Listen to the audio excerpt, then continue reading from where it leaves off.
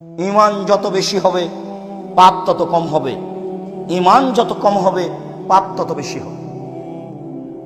আল্লাহ তাআলা বললেন, ইন্নাস সালাতা তানহা আনিল ফাহশাই ওয়াল মুনকার ওয়া লাযিকরুল্লাহি আকবার।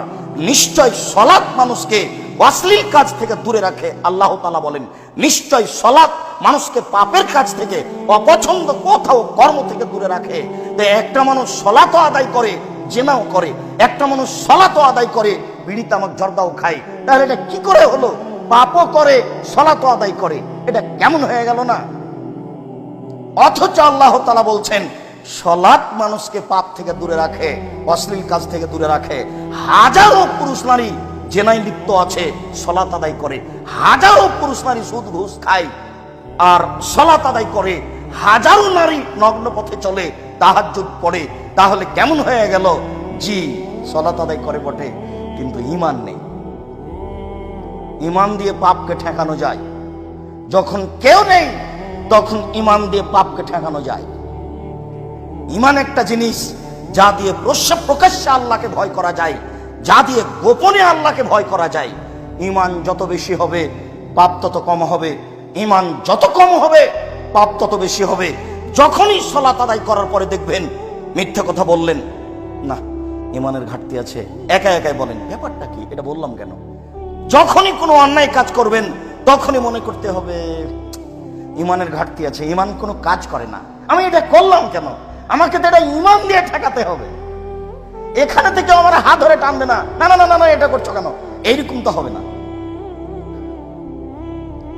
দুই, অলুল হক ফিরে যাওয়া শাখা, সুলি হলেও ফাঁসি হলেও পক্ষে ও বিপক্ষে সত্য কথা বলতে হবে, তাহলে ইহকালও বেঁচে যাবে, পরকালও বেঁচে যাবে। অলিকতিসাদ ফিল ফাকরে অল গিনা, মধ্যম পন্থায় খরচ করতে হবে, ধনী হলেও গরিব হলেও তাহলেও বেঁচে যাবে, জান্নাত পাবে।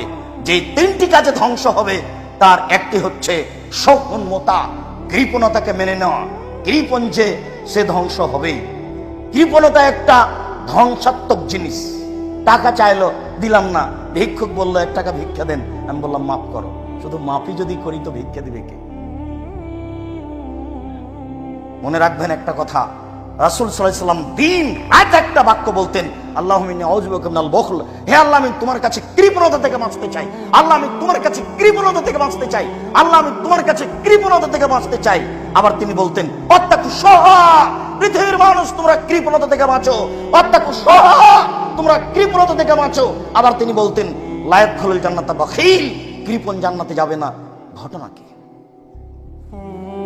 ঘটনা হলো এই যে আপনার রুজিতে আর একজনের রুজি আছে, আপনার ভাতে আর একজনের ভাত আছে। যদি না দেন তাহলে ফল হবে জাহান্নাম, আর ওই লোকটা না খেয়ে থাকবে। কোনোটাই কম নয়। এই জন্য 2-1 টাকা ইনকাম করলেও তার 2-1 পয়সা দানের জন্য হিসাব করে নেবেন, নইলে কৃপণতা ভিতরে থেকে যাবে। তিনি বললেন, হাও মুত্তাবা, প্রবৃত্তিকে মানে যে ধ্বংস হবে সে, মন মতো চলে যে ধ্বংস হবে সে, প্রবৃত্তিকে মানে যে ধ্বংস হবে সে। দাড়ি চাঁচে ছোট করে প্রবৃত্তিকে মানে, টাকনুর নিচে প্যান্ট পরে প্রবৃত্তিকে মানে, দোকানে বসে আড্ডা পিটে বদনাম গীবত করে প্রবৃত্তিকে মানে, সুদ খায় ঘুষ দেয় প্রবৃত্তিকে মানে, অন্যায় অশ্লীল কথা বলে প্রবৃত্তিকে মানে, মানুষের জমি জমা জোর করে দখল করে ভোগ করে প্রবৃত্তিকে মানে, অন্যায় অবিচার রাহাজানি করে বেড়াই প্রবৃত্তিকে মানে। প্রবৃত্তিকে মানে যে ধ্বংস হবে সে, ওই যাবুল মারে বেনাফসিহি ওয়া আসাদ্দ হুন্না, আত্ম অহংকারী যে ধ্বংস হবে সে, অহংকার করে যে ধ্বংস হবে সে। তাসবি দানা ভিতর দিকে করিয়েন, আঙ্গুলে তাসবি দানা দিয়ে তাসবি গণনা করিয়েন না, নলে মাঝে মধ্যে এরকম ভাবে উল্টে ধরার প্রয়োজন হবে। তার মানে কেউ দেখুক, খবরদার। অন্তরে যদি একটু দেখানো স্বাদ থাকে আর জান্নাত হবে না। এরই নাম অহংকার। আপনাকে বলা হলো আপনার নাম কি, আপনি বলবেন আব্দুর রাজ্জাক। তো আলহাজ আব্দুর রাজ্জাক বললেন কেন? আমি তো আলহাজ জানতে চাইনি। এটা আপনি বলে আমাকে কি বলতে চাইলেন, ওইটুকু আপনি বললেন কেন? জীবনে কোনোদিন এই শব্দ মুখ দিয়ে বের করিয়েন না। আপনার বাপের নামে মসজিদ রাখা যায়, আহমদ মসজিদ, এ কথা বলা যায়, রাখা যায় মসজিদটার নাম। কয়দিন পরে যদি আপনি বলেন, চিনেন না আপনি, আমার বাপের নামে মসজিদ আছে, এবার কি হবে বলেন? খুব সাবধান। এরই নাম অহংকার। বললাম আপনার নাম কি? তো আপনি বললেন ডক্টর আহমদ। আমি তো ডক্টর জানতে চাইনি। আমি বললাম আপনার নাম কি? আপনার মা যেটা রেখেছে সেটা বলবেন। ভুল পথে চলে ইবাদত করে পরকাল হারায়েন না, খুব সাবধান। আত্ম অহংকারী যে ধ্বংস হবে সে, এইভাবে বলে সব চলে আসে। আমি তো এত কিছু জানতে চাইনি। সালামের সাথে সাথে আপনি বলছেন আমার ছেলেটা ইংরেজি সাবজেক্ট নিয়ে পড়ে, জানেন না আপনি ইংরেজি সাবজেক্টে ফার্স্ট হয়েছে, সেটা আপনি বলে আমাকে কি বলতে চান? এটা কি দেখাতে চাচ্ছেন আপনি? খুব সাবধান সম্মানিত দ্বীনি মুসল্লি ভাই। আবু হুরায়রা রাদিয়াল্লাহু তাআলা আনহু বলেন, রাসূল সাল্লাল্লাহু আলাইহি ওয়াসাল্লাম বলেছেন, মান খাফানি ফাকাদ আদলাজা। আল্লাহ তাআলা বলেন হাদিসে কুদসি, মান খাফানি আদলাজা ওমান আদলাজা বালাগাল মানজিলা। যে ব্যক্তি আমাকে ভয় করলো সে ব্যক্তি রাতের অন্ধকারে আল্লাহকে ডাকলো। ওমান আদলাজা বালাগাল মানজিলা। আর যে ব্যক্তি রাতের অন্ধকারে আল্লাহকে ডাকলো সে জান্নাতে চলে গেছে। আলা সাবধান থেকো, মনে রেখো, ইন্নে সিলাতাল্লাহি গালিয়া। আল্লাহর যেটা সম্পদ সেটা খুব দামি। মনে রেখো, আল্লাহর যেটা সম্পদ সেটা খুব দামি। মনে রেখো, আল্লাহর যেটা সম্পদ সেটা দামি। আলা ইন্নে সিলাতাল্লাহিল জান্নাহ। আল্লাহর সম্পদ হলো জান্নাত। এ ব্যাপারে জাহান্নামের কথা আসেনি। আল্লাহর নবী বলেননি, আল্লাহ বলেননি যে জাহান্নাম আমার সম্পদ। রাসূল সাল্লাল্লাহু আলাইহি সাল্লাম বলছেন, আল্লাহ তাআলা বলেন জান্নাত হলো আল্লাহর সম্পদ। যে ব্যক্তি আল্লাহকে ভয় করলো সে ব্যক্তি রাতের অন্ধকারে আল্লাহকে ডাকলো। আর যে ব্যক্তি রাতের অন্ধকারে আল্লাহকে ডাকলো সে স্তরে পৌঁছে গেছে, জান্নাতে চলে গেছে। মনে রেখো, আল্লাহর সম্পদ অতীব দামি। মনে রেখো, আল্লাহর সম্পদ হচ্ছে জান্নাত। জান্নাতের আশায় দিন রাত কাটাতে হবে, কান্নাকাটি করে সময় কাটাতে হবে। যে কোনো মূল্যে আমাকে জান্নাত পেতেই হবে। এটাই হবে দিন রাতের চেষ্টা প্রচেষ্টা, কাজ কর্মের ফলশ্রুতি এটাই হবে। সর্ব ধরনের কাজের লক্ষ্য উদ্দেশ্য হবে জান্নাত। আল্লাহ তুমি কবুল করো। আবু হুরায়রা রাদিয়াল্লাহু তাআলা আনহু বলেন, রাসূল সাল্লাল্লাহু আলাইহি ওয়াসাল্লাম বলেছেন, সাবাতুন ইযিল্লুহুমুল্লাহু তাআলা ফি জিল্লিহি ইয়াওমা লা জিল্লা ইল্লা জিল্লুহু। বিচারের মাঠে 7 শ্রেণীর মানুষ বিশেষ ছায়াতলে থাকবে, যেদিন আকাশে কোনো ছায়ার ব্যবস্থা থাকবে না। সূর্যকে নষ্ট করার পরে আবার মানুষের মাথার উপরে আনা হবে, তা থাকবে কামেকদারে মাইলিন, 1 মাইল উপরে। মানুষ থাকবে তার ঘামের মধ্যে। কারো ঘাম হবে টাকনো পর্যন্ত, কারো ঘাম হবে হাঁটু পর্যন্ত, কারো ঘাম হবে কোমর পর্যন্ত, কারো ঘাম হবে গলা পর্যন্ত। এই সময়ে মানুষ 7 শ্রেণীর মানুষ বিশেষ ছায়াতলে থাকবে। তার 1 শ্রেণীর মানুষ হলো ইমামুন আদিল, ন্যায়পরায়ণ নেতা। ন্যায়পরায়ণ নেতা হওয়া খুব বড় ভালো কাজ। হয় কে? 2 শাবুন নাশা ফি ইবাদাতিল্লাহ। ওই সব মানুষ যারা বাল্য জীবন থেকে ইবাদতে অভ্যাসী। 3 রাজুলুন কালবহু মুআল্লাকুন বিল মাসাজিদ। যাদের অন্তর মসজিদের সাথে ঝুলন্ত আছে। খারাজা মিনহু হাত্তা ইয়াউদা। মসজিদ থেকে বের হয়েছে, যতক্ষণ পর্যন্ত মসজিদে ফিরে না আসছে ততক্ষণ পর্যন্ত ব্যস্ত হয়ে পড়েছে। জোহরের সালাত আদায় করে বাড়ি যাওয়ার পরে একটু পরে মেয়েকে বলছে, আম্মু আসর হয়েছে কি, আর এটা বেজেছে কি, 3টা বেজেছে কি, আবার মসজিদে যাওয়ার জন্য ব্যস্ত হয়ে পড়েছে। এই ব্যক্তি থাকবে বিশেষ ছায়াতলে। ওয়ারাজুলানে তাহাব্বা ফিল্লাহি ওয়া ইস্তামা আলাইহি ওয়া ইফতারাকা আলাইহি। মানুষ 2 জন পরস্পরকে ভালোবাসে আল্লাহকে সন্তুষ্ট করার জন্য, দুনিয়াবি কোনো স্বার্থে নয়, কোনো লোভে নয়। ও একজন পরহেজগার মানুষ, আমি তাকে খুব ভালোবাসি। উনি আপনাকে একজন পরহেজগার মানুষ মনে করেন, উনি আপনাকে ভালোবাসেন। যে কোনো সমস্যাতে 2 জন কাছাকাছি থাকে, পৃথক হয়ে যায় আল্লাহকে ভালোবাসার জন্য। ভালোবাসা বন্ধুত্ব বহাল রাখে আল্লাহকে ভালোবাসার জন্য। এরকম 2 জন থাকবে বিশেষ ছায়াতলে। ও রাজুলুন যাকার আল্লাহ খালিয়ান ফাজাতাইনাহু। ওই ব্যক্তিও বিচারের মাঠে বিশেষ ছায়াতলে থাকবে, যে ব্যক্তি নির্জনে আল্লাহকে ডাকলো, কেউ নেই, আল্লাহকে ডাকতে গিয়ে ঝরঝর ঝরঝর করে দুই চোখের পানি ঝরতে লাগলো।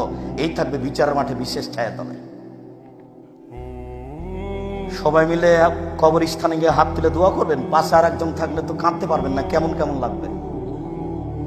এই নীতি ভবিষ্যতে এই নীতিতে যাবেন না, একাই যাবেন। কিছুই যদি বলতে না পারেন তাহলে তো বলতে পারবেন আল্লাহ তুমি আমার বাপকে ক্ষমা করো। একটা মানুষ তার ভুল ত্রুটি থাকতেই পারে, এটাই যদি শতবার বলেন চোখের পানি ঝরঝর করে ঝরে, আপনি অনেক কিছু বলতে পারবেন, অনেক কিছু পাবেন। নির্জনে যদি কেউ আল্লাহকে ডাকে আর দুই চোখের পানি ঝরঝর করে ঝরে, এই মানুষ থাকবে বিচারের মাঠে বিশেষ ছায়াতলে। ওই ব্যক্তি থাকবে বিচারের মাঠে বিশেষ ছায়াতলে যাকে সম্ভ্রান্ত পরিবারের সুন্দরী মহিলা বলল তুমি জিনায় লিপ্ত হও, তখন ব্যক্তি বলল ইন্নী আখাফুল্লাহ, আমি আল্লাহকে ভয় করি। এই বলে সে অন্যায় লিপ্ত হলো না। এই ব্যক্তি থাকবে বিচারের মাঠে বিশেষ ছায়াতলে। ওয়া রাজুলুন তাসাদ্দাকা, ওই ব্যক্তি যে দান করলো, ফাআখফায়ে শিমালাহু মান ফাকা ইয়ামিনুহু মা তুনফিকু ইয়ামিনুহু, তার ডান হাত কি দান করলো এটা বাম হাতকে জানতে দিল না। গোপনে দান করলো, প্রকাশ্যে দান করা যায়, তবে গোপনে দান করলে বিচার মাঠে বিশেষ ছায়াতলে থাকার সুযোগ হবে বলে রাসূল সাল্লাল্লাহু আলাইহি সাল্লাম উল্লেখ করেছেন। আবু হুরায়রা রাদিয়াল্লাহু তাআলা আনহু বলেন, রাসূল সাল্লাল্লাহু আলাইহি ওয়াসাল্লাম বলেছেন, আল্লাহ তাআলা বলেন হাদিসে কুদসি, লা আজমাউ আলা আবদি খাউফাইনে ওয়া আমিনাইনে, আমি আল্লাহ আমার কোন দাস দাসীর মাঝে, কোন পুরুষ নারীর মাঝে দুইটা জিনিস একত্রিত করব না, আল্লাহ ভীতি, নিরাপত্তা। নিরাপত্তা, আল্লাহ ভীতি, দুইটা একসাথে করব না। এই কথা বলার পরে তিনি বলছেন, মান খাফানি ফিদ দুনিয়া আমানতু ইয়াউমাল কিয়ামা, যে ব্যক্তি আমাকে দুনিয়াতে ভয় করবে আমি বিচারের মাঠে তাকে নিরাপত্তা দিয়ে দেব। ওমান আমিনানি ফিদ দুনিয়া, যে ব্যক্তি দুনিয়াতে নিরাপদে থাকলো, আমাকে মনে করলো না, আমাকে হিসাব করলো না, আখাফতুহু ইয়াউমাল কিয়ামা, বিচারের মাঠে আমি তাকে ভীতির মধ্যে ফেলে দেব, তার বাঁচার পথ থাকবে না। সত্য সত্যই যদি বিচারের মাঠে নিরাপত্তা চাইতে হয়, পেতে হয়, তাহলে এখনই কান্নাকাটি করতে হবে। আব্দুল্লাহ ইবনে আব্বাস রাদিয়াল্লাহু তাআলা আনহু বলেন, রাসূল সাল্লাল্লাহু আলাইহি ওয়াসাল্লাম বলেছেন, আইনানে লা তামাসসুহুমান নার, দুই শ্রেণীর চক্ষু তাদেরকে জাহান্নাম স্পর্শ করবে না। দুই শ্রেণীর মানুষ, তারা জাহান্নামে যাবে না, তাদেরকে জাহান্নাম স্পর্শ করবে না। এক, হারাসাত ফি সাবিলিল্লাহ, ওই চক্ষু, ওই মানুষ যে আল্লাহর রাস্তায় পাহারা দেয়, আল্লাহর দ্বীনের ব্যাপারে দিন কাটায়, তাদেরকে জাহান্নাম স্পর্শ করবে না। ওয়া রাজুলুন ওয়া আইনুন বাকাত মিন খাশিয়াতিল্লাহ, ওই ব্যক্তি, ওই চক্ষু যে আল্লাহর ভয়ে কাঁদে, যে আল্লাহর ভয়ে কাঁদে, তাকে জাহান্নাম স্পর্শ করবে না। মুআবিয়া ইবনে হাওদা রাদিয়াল্লাহু তাআলা আনহু বলেন, রাসূল সাল্লাল্লাহু আলাইহি ওয়াসাল্লাম বলেছেন, লা ইয়ালজার রাজুলুন নারা বাকা মিন খাশিয়াতিল্লাহ হাত্তা ইয়াউদাল লাবানু ফি জারে, যে ব্যক্তি আল্লাহর ভয়ে কাঁদে ওই ব্যক্তি জাহান্নামে যাবে না। গাভীর ওলান বাট থেকে দুধ বের করে ভিতরে ঢোকানো যেমন অসম্ভব, যে ব্যক্তি আল্লাহর ভয়ে কাঁদে তার জাহান্নামে যাওয়া ওই রকমই অসম্ভব। গাভীর ওলান বাট থেকে দুধ বের করে ভিতরে ঢোকানো যেমন অসম্ভব। গাভীর ওলান বাট বুঝিত, গাভীর বাট থেকে দুধ বের করে ভিতরে ঢোকানো যেমন অসম্ভব, আল্লাহর ভয়ে কাঁদে যে তার জাহান্নামে যাওয়া তেমনি অসম্ভব, মানে সে জান্নাতে যাবেই। জাবের রাদিয়াল্লাহু তাআলা আনহু বলেন, রাসূল সাল্লাল্লাহু আলাইহি ওয়াসাল্লাম বলেছেন, সালাসাতু ওয়ায়ুনিন লা তারাহুমান নার, তিন শ্রেণীর চক্ষু জাহান্নাম দেখবে না, তিন শ্রেণীর মানুষ জাহান্নামে যাবে না, তিন শ্রেণীর মানুষ জাহান্নাম দেখবে না, তিন শ্রেণীর চক্ষু জাহান্নামে যাবে না। এক, হারাসাত ফি সাবিলিল্লাহ, ওই চক্ষু, ওই ব্যক্তি যে আল্লাহর ভয়ে কাঁদে। দুই, বাকাত মিন খাশিয়াতিল্লাহ, ওই চক্ষু, ওই ব্যক্তি যে আল্লাহর ভয়ে কাঁদে। ওই ব্যক্তি এক, ওই ব্যক্তি যে আল্লাহর রাস্তায় পাহারা দেয়। দুই, ওই ব্যক্তি যে আল্লাহর ভয়ে কাঁদে। তিন, গাজাতান মাহারিমিল্লাহ, ওই চক্ষু, ওই ব্যক্তি যে বেগানা অপর নারীকে দেখে চক্ষু নিচু করে, যে বেগানা অপর নারীকে দেখে চক্ষু নিচু করে, সে জাহান্নামে যাবে না, সে জান্নাতে যাবে। রাসূল সাল্লাল্লাহু আলাইহি সাল্লাম বলেছেন, ইজমানুল সিত্তিন মিন আনফুসিকুম আজমুলাকুমুল জান্নাহ, তোমরা নিজে নিজে যদি 6টা জিনিসের জিম্মেদারি নিতে পারো তাহলে আমি মোহাম্মদ তোমাদেরকে জান্নাতে নিয়ে যাওয়ার জন্য জিম্মেদারি নিলাম। তার একটি হচ্ছে গুজ্জু আবসারাকুম, চক্ষু নিচু করো অপর নারীকে দেখে, বেগানা নারীকে দেখে চক্ষু নিচু করো। জান্নাতে নিয়ে যাওয়ার বিষয়টি আমার, কিভাবে নিয়ে যেতে হবে সেটা আমি দেখব। রাসূল সাল্লাল্লাহু আলাইহি সাল্লামকে বলা হলো হঠাৎ যদি কোনো মহিলার উপরে চোখ পড়ে যায় তাহলে কি করতে হবে? তখন রাসূল সাল্লাল্লাহু আলাইহি সাল্লাম তাকে আদেশ করলেন, তুমি মুখটা ফিরিয়ে নিবা। বলেন আপনার মোবাইলের কি হবে, বলেন আপনার টিভির কি হবে, বলেন আপনার মহিলা স্কুলের শিক্ষকতার কি হবে, মহিলা কলেজের প্রিন্সিপালের অবস্থা কি হবে? 3 শ্রেণীর মানুষ জান্নাতে যাবেই। তার এক শ্রেণীর মানুষ অপর নারীকে দেখে চক্ষু নিচু করে যে সে জান্নাতে যাবে, এবং তার ব্যাপারে জিম্মেদার রাসূল সাল্লাল্লাহু আলাইহি সাল্লাম। কিভাবে তাকে জান্নাতে নিয়ে যেতে হবে সেটা রাসূল সাল্লাল্লাহু আলাইহি সাল্লাম নিজে বুঝেন। আনাস রাদিয়াল্লাহু তাআলা আনহু বলেন, রাসূল সাল্লাল্লাহু আলাইহি ওয়াসাল্লাম বলেছেন, লাইসা শাইউন আহাব্বা ইলাল্লাহি মিন কাতরাতাইনি ওয়াসারাইনি। আল্লাহর নিকটে 2টি বিন্দু ফোঁটা যত প্রিয়, আল্লাহর নিকটে 2টি চিহ্ন দাগ যত প্রিয়, পৃথিবীর কোনো কিছু আল্লাহর কাছে তত প্রিয় নয়। কোন দাগ চিহ্ন আল্লাহর কাছে তত প্রিয় নয়। 2টি বিন্দু ফোঁটা আল্লাহর কাছে যত প্রিয়, এক কাতরাতু দামিন মিন খাশিয়াতিল্লাহ, আল্লাহর ভয়ে এক ফোঁটা চোখের পানি আল্লাহর কাছে যত প্রিয়, পৃথিবীর কোনো কিছু আল্লাহর কাছে তত প্রিয় নয়। 4 লক্ষ টাকা খরচ করে হজ করা কাজটি আল্লাহর কাছে যত প্রিয়, আল্লাহর ভয়ে এক ফোঁটা চোখের পানি তার চেয়ে লক্ষ কোটি গুণ বেশি প্রিয়। কোটি টাকা দান করা কাজটি আল্লাহর কাছে যত প্রিয়, নির্জনে আল্লাহর ভয়ে এক ফোঁটা চোখের পানি ফেলা তার চেয়ে লক্ষ গুণ বেশি প্রিয়। রমজান মাসে সিয়াম থাকা কাজটি যত প্রিয়, আল্লাহর ভয়ে এক ফোঁটা চোখের পানি ফেলা আল্লাহর কাছে তার চেয়ে অনেক অনেক অনেক বেশি প্রিয়। ওয়া কাতরাতু দামিন তুহরাকু ফি সাবিলিল্লাহ, আল্লাহর ভয়ে আল্লাহর রাস্তায় এক ফোঁটা রক্ত প্রবাহিত করা আল্লাহর নিকটে অতি প্রিয়। ওয়ামালা সারানে, তারপর 2টি চিহ্ন, 2টি দাগ।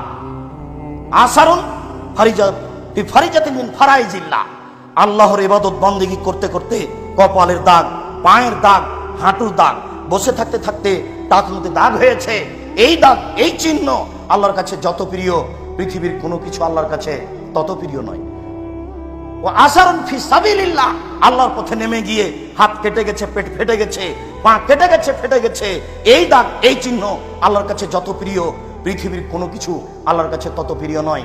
সম্মানিত মুসল্লি, দিনী ভাই, 4টে জিনিস রাসূল সাল্লাল্লাহু আলাইহি ওয়াসাল্লাম উল্লেখ করেছেন। তার 1 নম্বরে যেটা আছে সেটা সবার জন্য সহজ, যে কোনো সময়ে সহজ, তা হলো আল্লাহর ভয়ে এক ফোঁটা চোখের পানি। 2, আল্লাহর পথে জিহাদে নেমে এক ফোঁটা রক্ত। 3, ইবাদত বন্দেগী করতে করতে কপালের দাগ, পায়ের দাগ। 4, আল্লাহর পথে নেমে গিয়ে ফেটে যাওয়া, কেটে যাওয়া দাগ, চিহ্ন। এই 4টে জিনিস আল্লাহর কাছে যত প্রিয়, পৃথিবীর কোনো কিছু আল্লাহর কাছে তত প্রিয় নয়। তার 1 নম্বরে যেটা আছে সেটা সহজ, অবশ্যই মনে থাকবে বলে আশাবাদী। উকবা ইবনে আমির রাদিয়াল্লাহু তাআলা আনহু বলেন, রাসূল সাল্লাল্লাহু আলাইহি ওয়াসাল্লামকে জিজ্ঞাসা করা হলো, মান নাজাত, বাঁচার পথ কি? মানুষ কি করলে জাহান্নাম থেকে বেঁচে যেতে পারে? মানুষের জাহান্নাম থেকে বাঁচার পথ কি? কি করলে মানুষ জাহান্নাম থেকে বাঁচতে পারে? এই কথার উত্তরে রাসূল সাল্লাল্লাহু আলাইহি সাল্লাম বললেন, আলজাম লিসানাক, তুমি তোমার মুখকে বন্ধ রাখো, ভালো কথা ছাড়া মুখে বলো না, জান্নাত হবে। মুখ কন্ট্রোলে রাখা মানুষের জন্য সবচেয়ে গুরুত্বপূর্ণ বিষয়। 2, ওয়ালাইয়াসা বাইত, জরুরি প্রয়োজন ছাড়া তুমি বাড়ির বাইরে যাবে না, তুমি তোমার স্ত্রী, ছেলে মেয়ে, তাহলে বেঁচে যাওয়া, জান্নাত হবে। প্রয়োজন ছাড়া বাড়ি গেলে সমস্যা আছে, দোকানপাটে বসবেন না, রাস্তাঘাটে বসে কারোর সাথে গল্প করবেন না, স্ত্রীকে, মেয়েকে হাটে বাজারে যেতে দিবেন না, আপনি আপনার নীতিতে গড়ে তুলবেন, জান্নাত হবে ইনশাআল্লাহ। 3, অবতালা খাতিয়াতে, পাপের জন্য কাঁদো, জান্নাত হবে। 3টি কথা তিনি বললেন, তার 3 নম্বর কথাটি বললেন, পাপের জন্য কাঁদো, জান্নাত হবে। মানুষ যদি আল্লাহর ভয়ে পাপের জন্য কাঁদে তাহলে জান্নাত হবে। 3 জন গর্তে আটকা পড়েছিল, 3 জনের 3য় জন বলল, আল্লাহুম্মা ইন্নাকা আনতা তাআলাম, নিশ্চয় তুমি জানো, আমি ইস্তাজারতু আজিরান, আমি একটা লোক কাজের জন্য নির্ধারণ করেছিলাম, কাজ করার জন্য নিয়েছিলাম। আমেল আলী নিস্তান নাহারে, অর্ধেক দিন কাজ করলো, অর্ধেক দিন কাজ করার পরে আর কাজ করবে না। ফাআতাইতুহু আজরাহু, আমি তার প্রতিদান তাকে দিলাম। লাম ইয়াখুযুহু ফাসাকাতা আলাইহি, সে রাগ করলো, সে টাকা নিল না, চলে গেল। ফা ওয়াফারতুহু আলাইহি, আমি সে টাকা দিয়ে অনেক অর্থ সম্পদ গরু ছাগল করে ফেললাম। হঠাৎ একদিন এসে আমার কাছে চাইলো তার পারিশ্রমিক। আমি বললাম খুজ হাজা, এগুলো সব নিয়ে নাও। আমাকে বলল মজাক করবেন না, একদিনের কাজের বিনিময়ে দেন। আমি বললাম তোমাকে মজাক করিনি, যা কিছু করেছি সব তোমার জন্য, সব তুমি নিয়ে যাও। নিয়ে চলে গেল। এরপরে বলছে আল্লাহুম্মা, হে আল্লাহ, ইন কুনতা তাআলাম, তুমি যদি সত্য সত্যই জেনে থাকো যে আন্নী ফালতু দালেকা, আমি এই কাজটা করেছি রাজা রাহমাতেকা ওয়া খাসিয়াত আযাবেকা, তোমার রহমতের আশায়, তোমার শাস্তির ভয়ে। এটাই মূলত কথা। তোমার রহমতের আশায়, তোমার শাস্তির ভয়ে, তোমার রহমতের আশায়, তোমার শাস্তির ভয়ে আমি এই কাজটা করেছি, তুমি আজকে বিপদ থেকে বাঁচাও। তখন আল্লাহ বললেন ঠিক আছে যাও, আমি পাথর সরিয়ে দিলাম, বের হয়ে চলে যাও। কাজ হবে রহমতের আশায়, আল্লাহর ভয়ে। কাজ হবে রহমতের আশায়, আল্লাহর ভয়ে। জান্নাত তো হবেই, পৃথিবীর যে কোনো বিপদ থেকে বেঁচে যাবেন। কাজ যদি আল্লাহর ভয়ে হয়, জান্নাত তো হবেই, পৃথিবীর যে কোনো বিপদ থেকে বেঁচে যাবেন। আবু হুরায়রা রাদিয়াল্লাহু তাআলা আনহু বলেন রাসূল সাল্লাল্লাহু আলাইহি ওয়াসাল্লাম বলেছেন আসরাফা রাজুলুন আলা নাফসিহি, হাজার হাজার বছর পূর্বে একটা লোক নিজের প্রতি খুব অত্যাচার করেছিল, জুলুম করেছিল। সে নিজেকে মনে করত মহা পাপী। ফাওসা বানিহে, সে তার ছেলেদেরকে উপদেশ দিয়েছিল, ছেলেদেরকে বলেছিল এই যে মাতা আবুকুম, যখন তোমাদের পিতা মারা যাবে, ফাহারিকুহু, তোমরা তাকে আগুন দিয়ে জ্বালিয়ে দিও। ফাজরু নিসফাহু ফিল বাররি ওয়া নিসফাহু ফিল বাহরি, তাকে আগুন দিয়ে জ্বালিয়ে, তোমাদের বাপকে আগুন দিয়ে জ্বালিয়ে অর্ধেক চাই পানিতে ফেলে দিও, অর্ধেক চাই মাটিতে ফেলে দিও। কেন? আল্লাহে লাইন কাদারাল্লাহু আলাইহি, আল্লাহর কসম যদি তাকে আল্লাহ ধরতে পারেন, আল্লাহর কসম আল্লাহ যদি তোমাদের বাপকে ধরতে পারেন, আল্লাহর কসম যদি আল্লাহ তাকে ধরতে পারে, লাইয়াত বান্নাহু আযাবান লাইয়াদবু আযাম ফিল আলামিনা, তাকে আল্লাহ এত শাস্তি দিবেন, পৃথিবীর কোন মানুষকে আল্লাহ তত শাস্তি দিবেন না। তাকে আল্লাহ এত শাস্তি দিবেন, পৃথিবীর কোন মানুষকে আল্লাহ তত শাস্তি দিবেন না। তোমরা এই কাজটা করিও। জামাতা ফাফালু মা মারাহুম, যখন ব্যক্তি মারা গেল, ছেলেরা তাই করলো, পিতা যা বলেছে, পিতা যা বলেছে ছেলেরা তাই করলো। আগুন দিয়ে জ্বালিয়ে অর্ধেক ছাই পানিতে ফেলে দিল, অর্ধেক ছাই মাটিতে ফেলে দিল। ফামারাল্লাহুল বাহরা ফাজামা বাইমা ফিহি আমারাল বাররা ফাজামা বাইমা ফিহি, আল্লাহ সাগরকে বললেন সাগর ছাইগুলি জমা করে দাও। আল্লাহ এই জমিন মাটিকে বললেন মাটি ছাইগুলি জমা করে দাও। মাটি ছাইগুলি জমা করে দিল, পানি ছাইগুলি জমা করে দিল। জড়বস্তু আল্লাহর কথা শুনে, আদম সন্তান বড় নিমুখ হারাম, আল্লাহর কথা শুনে না। জড়বস্তু আল্লাহর কথা শুনে, দেখবেন দেখবেন দেখেন এদিকে দেখেন, এই মূর্তি কে ভেঙেছে? কে হতে পারে? ইব্রাহিম। ডাকাও, ইব্রাহিম মূর্তি কে ভেঙেছে? আমাকে বলছেন কেন? ওই যে বড়জন কোড়াল ঘাড়ে করে আছে, তাকেই বলে। তাকে বলবো মানে? ও কথা বলতে পারে? ও যে কথা বলতে পারে না তাকে মানো কেন? এই শোনো, গর্ত খোঁড়ো, আগুন জ্বালিয়ে দে, তাকে ফেলে দাও। তাই করা হলো। তাকে যখন আগুনে ফেলে দেওয়া হলো, তিনি বললেন হাসবুনাল্লাহু নি'মাল ওয়াকিল, আল্লাহ আমার জন্য যথেষ্ট, তিনি উত্তম কাজ করেন। আল্লাহ বললেন ইয়া নারু কুনি বারদাম ওয়া সালামা, হে আগুন তুমি শীতল ঠান্ডা হয়ে যাও ইব্রাহিমের জন্য। এই দেখেন আগুন ঠান্ডা হয়ে গেল। আগুন আল্লাহর কথা মানে, আগুন জড়বস্তু, আদম সন্তান বড় নিমুখ হারাম। এখন বললাম, এরপরে একটু পরে ভুলে যাবে, রাতে একটু কান্নাকাটি করা প্রয়োজন মনে করবে না, হালাল হারাম বিবেচনা করা প্রয়োজন মনে করবে না, অথচ জড়বস্তু আল্লাহর কথা মানে। একটু দেখবেন এই যে ইব্রাহিম আলাইহিস সালাম তার ছুরি দিয়ে বাচ্চাকে জবে করছেন, তো সবাই বলছে যে ছুরির নিচে লোহা লাগিয়ে দেওয়া হয়েছে তাই কাটে না। এবারে নগদ মিথ্যা কথা। আল্লাহ ছুরিকে বলে দিয়েছেন কাটবা না, বাস। কিয়ামত পর্যন্ত যদি ইব্রাহিম আলাইহিস সালাম ছুরি চালানো হবে না। কেন? ছুরি কার কথা মানে? আল্লাহর কথা মানে। ওই যে একটা লোক ৯৯টা মানুষকে হত্যা করার পরে একজন দরবেশের কাছে এসে বলল, কিন্তু আলেম ছিল না, দরবেশকে বলছে ৯৯টা মারার পরে বাঁচার পথ আছে। তখনও তো দরবেশ আল্লাহকে চিনে না, আল্লাহকে চিনা বিষয়টি ভিন্ন। ও বলেছে না, বাপরে বাপ, ৯৯ জন মানুষকে মারার পরে বাঁচার পথ খুঁজো না, বলেছে তখন তাকেও দিয়েছে। এরপরে জিজ্ঞাসা করছে বাঁচার পথ কি? অমুক গ্রামে যাও। যাওয়ার সিদ্ধান্ত নিতেই সময় শেষ, লাশটা পড়ে গেছে মাটিতে। বুখারী মুসলিমের হাদিসে এসেছে ফানা সাদরাহু ইলাইহা, তার বুকতে ওই গ্রামের দিকে ঠেলে দিয়েছিল। ওই সময়তে পড়ে যাওয়ার সময়তে বুকটা তার ওই গ্রামের দিকে ঠেলে দিয়ে আল্লাহকে দেখাতে চাচ্ছিল ১০০ জন মানুষ হত্যা করেছে, সেটা ভিন্ন কথা। তবে আমি বুকটা ওই গ্রামের দিকে ঠেলে দিয়ে তোমাকে দেখাতে চাচ্ছি আমি ক্ষমা খুঁজছি, কোথায় ক্ষমা আছে? আমি ক্ষমা খুঁজছি, কোথায় ক্ষমা আছে? আমি বুকটা গ্রামের দিকে ঠেলে দিয়ে তোমাকে দেখাতে চাচ্ছি কোথায় ক্ষমা আছে, সেটা আমি দেখতে চাচ্ছি। লাশ পড়ে গেছে, ফেরেশতা হইচই করছে, কোথায় নিয়ে যাবে? আল্লাহ বলেন, এই গ্রাম, যে গ্রামের দিকে যাচ্ছিল তুমি আগে আসো। এই গ্রাম, যে গ্রাম থেকে যাচ্ছিল তুমি পিছে হটে যাও। গ্রাম পিছে হটে গেল, ওটা আগে আসলো। দেখেন জড়বস্তু আল্লাহর কথা শুনে, আদম সন্তান বড় নিমুখ হারাম, আল্লাহর কথা শুনে না। সম্মানিত মুসল্লি দিনী ভাই, রাসূল সাল্লাল্লাহু আলাইহি সাল্লামের ওই কথাটি মনে রাখেন। যখন তাকে তার ছাইগুলিকে জমা করে আবার মানুষ রেডি করা হলো, মানুষ রেডি করার পরে আল্লাহ তাকে বললেন, লেমা ফালতা হাজা, তুমি এটা করলে কেন? ছেলেদেরকে এটা আদেশ করেছিলে কেন? তখন লোকটি বলছে, মিন খাশিয়াতিকা, তোমার ভয়ে করেছি, ওয়া আনতা আলাম, তুমি ভালো জানো। অত্র হাদিসের দুইটা কথা প্রমাণ হয়েছে। তার একটা, ও বলেছে আল্লাহর কসম, যদি তোমার বাপকে ধরতে পারে তাহলে সবচেয়ে বেশি শাস্তি দিবে। বোঝা যাচ্ছে যে আল্লাহকে চিনে, নাহলে আল্লাহর কসম বললো কেন? আর এইখানে বলছে যে আমি যে তোমার ভয় করেছি এটা তুমি ভালো জানো। আমি আমার ছেলেদেরকে আদেশ করেছি আমাকে জ্বালিয়ে দেওয়ার জন্য, একমাত্র তোমার ভয়ে বলেছি, এটা তুমি ভালো জানো। এতে বোঝা যাচ্ছে আল্লাহকে চিনে। কিন্তু সে পৃথিবীতে সবচেয়ে বড় পাপী, যার কারণে নিরাশা হয়ে কথা বলেছে। যদি আল্লাহর ভয়ে ভীতু হয়ে কেঁদে আল্লাহকে কিছু বলতে পারেন, আল্লাহ আপনার কথা শুনবেন। রাসূল সাল্লাল্লাহু আলাইহি ওয়াসাল্লাম বলেন, আল্লাহ তাআলা বলেন, ইয়াবনা আদম মা দাওতানি ওয়া রাজাউতানি, হে আদমের ছেলে মেয়েরা তোমরা যেমন দোয়া করো আমি তেমন। হে আদমের ছেলে মেয়েরা তোমরা আমার কাছে যেমন আশা করো আমি তেমন। তোমার আশা অনুপাতে আমি রয়েছি, তোমার প্রার্থনা অনুপাতে আমি রয়েছি। তুমি আমাকে যেমন বলো আমি তেমন রয়েছি। তুমি আমার উপরে যেমন আশা করো আমি তোমার আশা অনুযায়ী রয়েছি। আমি পরোয়া করি না তুমি কত বড় পাপী, আমি পরোয়া করি না তুমি কত বড় পাপী, আমি আল্লাহ পরোয়া করি না তুমি কত বড় পাপী। তুমি আমাকে যেমন বলো আমি তেমন, তুমি আমার কাছে যেমন আশা করো তেমন আমি। তুমি আমার প্রতি আশা করে আমার কাছে ক্ষমা চাও, আমার ভয়ে কাজ করো, আমি তোমাকে ক্ষমা করে দেব, জান্নাত আমার। সম্মানিত উপস্থিতি দিনী মুসলিম ভাই, আল্লাহর ভয়ে ভীতু হয়ে কিছু করার জীবনে চেষ্টা করুন। আল্লাহ আমাদের কথা শুনবেন। আল্লাহ আমাদেরকে জান্নাতে দেওয়ার জন্য প্রতীক্ষমান রয়েছেন।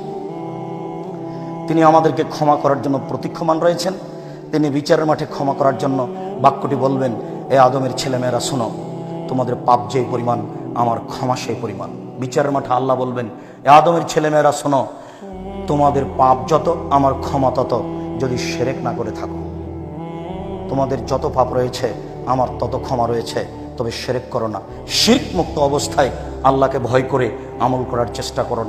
ইনশাআল্লাহ আল্লাহ আমাদের কবুল করবেন, আপনাদেরকে কবুল করবেন। আল্লাহ তুমি আমাদের কবুল করো, আল্লাহুম্মা আমিন।